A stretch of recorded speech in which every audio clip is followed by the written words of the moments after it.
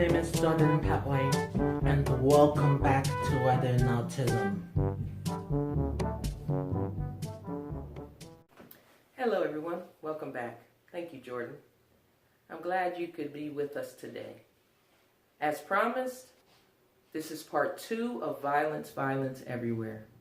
And in this episode, we want to deal with the aggressive autistic child.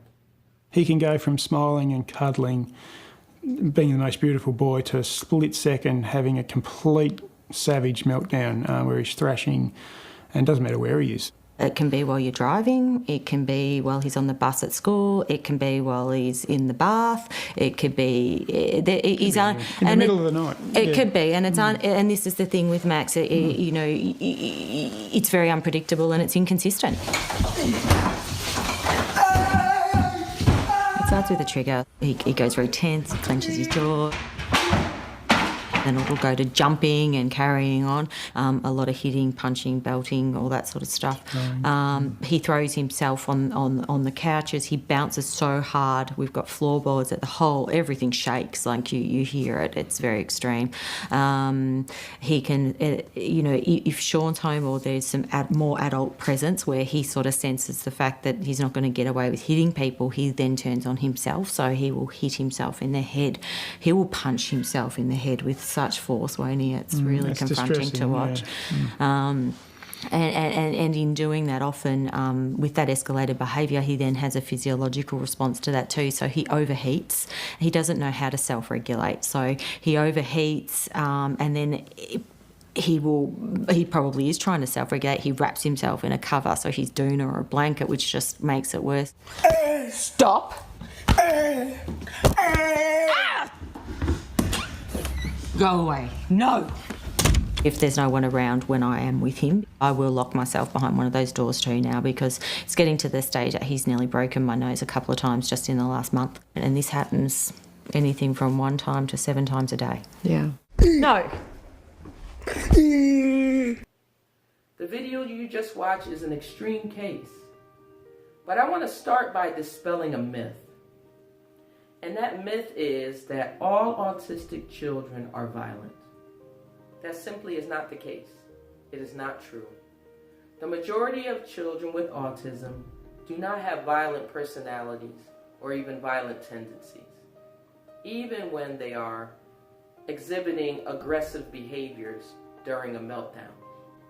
But many autistic children on the spectrum, from the high end to the low end, do experience autistic meltdowns or emotional meltdowns.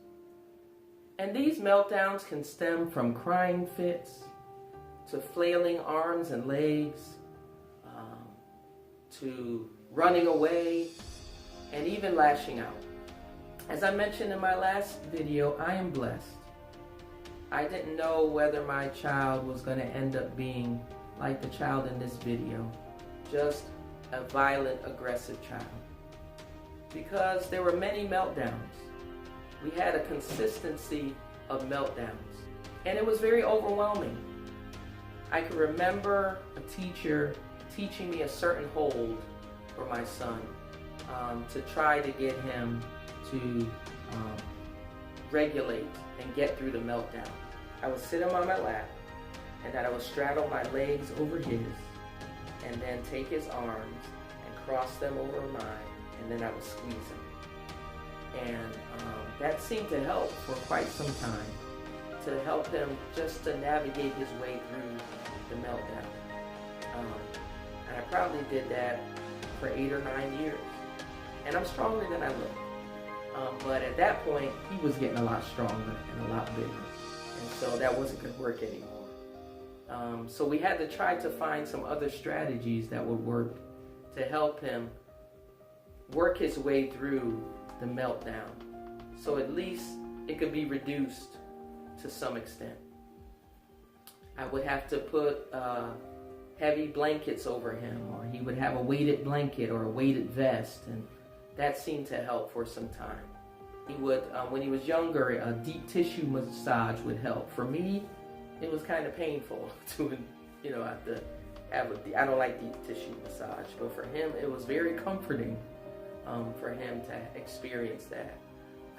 one of the big things that was very helpful for him was a chewy. He would have this rubber thing that he would chew on, and he had different oratory issues where he would mouth everything, and so that not only gave him the sensory input he was looking for, but it also had a calming effect. But those were awful days. They were very difficult days where there was times when I couldn't go anywhere. There was times where I couldn't go in certain places, or I couldn't stay there. If I did end up going there, I ended up coming right back home because my son would have a meltdown and people did not understand what was going on. And I didn't even fully understand what was going on. It was a very difficult time period, and it was over a span of many years. But I'm grateful that God brought people into our lives that came alongside us, that lived life with us, that helped us. There were teachers and therapists and doctors and just friends, valuable friends that came alongside us and just loved on me and loved on my son. And that's what carried us through. So as a parent, how do we manage these episodes? That's what we really want to know. How do we manage these? How do we get through these? So how do we handle a child with autism having a tantrum? And I think the way to look at it is, how do we handle a tantrum firstly? You know, some of those techniques of ignoring, for example, or holding, or actually the most important is getting down to why this child is having a tantrum, for example. And I think with children with autism, because they have social and language communication issues, they are more easily frustrated, and that's a huge piece of the reason why they're having a tantrum, or a possible reason. So preempting it or getting to understand what's causing the tantrum. Is it a valid communication issue? Is there discomfort? Is it when a child who wants sameness and you're changing their behavior in a way that they don't want changed? They want to stay with the activity, for example. Or is it just being oppositional, which is what a lot of kids do? You know, they want what they want. And how do we work with redirecting them? Well, as I said, get to what is bothering your child, and then there are strategies based on that you can possibly, for example, redirecting them, having a timer, and giving them transition time, helping them sensory regulate. A lot of times kids having tantrums just need to be held tightly, and some kids need to be ignored. Let them have their meltdown as long as they're not hurting themselves. That's the typical way that parents are told about tantrums, that's really considered bad behavior. But with kids with the autism, I would be a little bit more sensitive to the fact that these children have communication issues, and a lot of their tantrums comes from frustration and not just a matter of being oppositional. Sometimes a tantrum could be pain, and they're having reflux, and something is hurting them, and we can, misunderstand that as a tantrum. So look as to, it's a matter of analyzing each behavior, seeing what caused it, what made it go away, and that'll help you prepare for next time, preventing that happening possibly. Some kids get soothed by rocking and holding, and you have to know your child individually to see what works with that tantrum. Because a tantrum, I hear, is like a cry for help or frustration. It is a communication, and we need to understand that communication. It is uncomfortable. You want to make sure the child is safe and people around are safe. Children often having tantrums not only can throw themselves on the floor, start self-mutilating and hurting themselves, or throwing chairs and toys, or hurting other siblings, for example. And I think that's where limit setting is important, holding the child so that he is safe or she is safe, and being very clear and structured so you can help the child calm themselves down and self-regulate and actually deal with what the issue is. And I think the first step of management is understanding. Understanding why our child is having these meltdowns, which is different from a tantrum that a typical child would have. I want to let my son put it in his own words. I'm grateful that these episodes are fewer and far between than they were years ago. But we still have instances where, he'll melt down or he'll have an episode of some kind. Maybe not as extreme as they were in the past, but they still come. And he had one recently. He works a job, and something occurred there at the job, and he still can't really put in words what happened. But there was a response that resembled a meltdown. And so I'm excited because I had an opportunity to interview my son, and this is amazing to me because years ago, I would have thought this impossible. We didn't have this kind of responsive communication. It seemed like an impossibility, but it's possible. And he's still a man of few words, but we do have an interaction. And so I want to let Jordan put it in his own words, and I'll be right back. Here's Jordan. Sometimes I get angry, I scream, and I run away. Sometimes when I get angry, I hit and squeeze people. What happens when you get angry? I screamed and I ran away at Marshall's. You did that at Marshall's? Yes. What happened at Marshall's? I was call mom. You wanted to call mom? Yes. Are you getting frustrated now? No. No. You're going good now? Yes. Yes. Does anybody make you angry sometimes? A certain person make you angry or no? No. No. Okay. How about if things are too loud? Does that scare you if things are too loud? No. Cola screamed at Eminem. How did you feel about that? I felt angry. You did? Yes. Oh. Why did you feel angry? Did Koila scream at you? Yes. She was screaming at you? Yes. You sure she was screaming at you or just screaming? Cola's just screaming Yeah. at Eminem, and then classroom. Yeah. Did that bother you? That bothered you, right? Yes. Yeah. You don't like scream? Do you like screaming? No. No. You don't like screaming.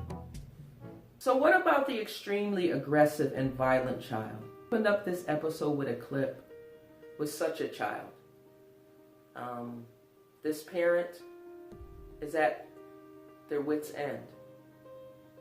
They don't know what to do. This child is becoming abusive, and the mom has the scars and the wounds to prove it. And I know there are some people out there who are listening to me today. You're in that percentage where your child is excessively violent, and you're despairing, and you wonder if there's hope. And there is hope. I like to say, as long as there's breath in our bodies, there's hope. And I know in some of these situations, there's a very serious consideration for placing that child in a group home and removing them from the home. And I certainly wouldn't judge such a decision. I would say that to weigh these things very seriously, which I know you will do, for this is your child, and to seek wise counsel in making this decision. But I know that people that come to that decision, they carry a lot of guilt. And I would say to that, if you know for sure that this is the best decision that you have made, not only for yourself, but for your family and for that child, then don't let guilt overwhelm you. Don't let guilt control you, and don't let guilt torment you, because guilt can be a tormentor. The last thing I would say is find an anchor. Find an anchor. And I mentioned already that we had some amazing and stellar people in our lives. and still do, that are with us, that are like family to us. But I'm talking about something outside of that, an anchor. For me, my anchor is my Christian faith. My faith in God has really been what has kept me strong in the darkest and weakest of times. And I know some people would look at that and say, that's not an anchor, that's a crutch. Well, if that is the case, it's the greatest crutch that anyone could ever have, because I shouldn't be here today. I shouldn't be standing. I shouldn't be in my right mind. But it's that anchor that I have in my life, God, that has carried me through. And so I would say find that anchor. And I can definitely recommend the anchor that I have to you. I would also like to offer prayer to you and your family and your child. Whatever religious affiliation you have or don't have, prayer doesn't hurt. Prayer is free. I would be thrilled to pray for you. So there is a email account that's scrolling across the screen right now. If you want to send me an email, just let me know how I can pray for you and your child and your family. I tell you right now, as I look at this screen, I commit to praying for you. Also, if you want to leave a message in the comments, I read those. And want to just go by a first name basis, that's fine with me. God knows who you are. And I will commit myself to praying for you.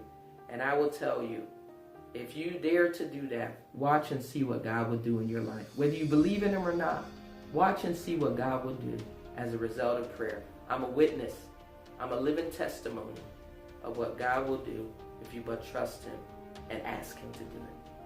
So I want to say thank you again for tuning in to Weathering Autism. Don't forget to share this with someone. Please subscribe, and I can't wait to see you next time. God bless. Subscribe, like, and share to help other autistic people like me.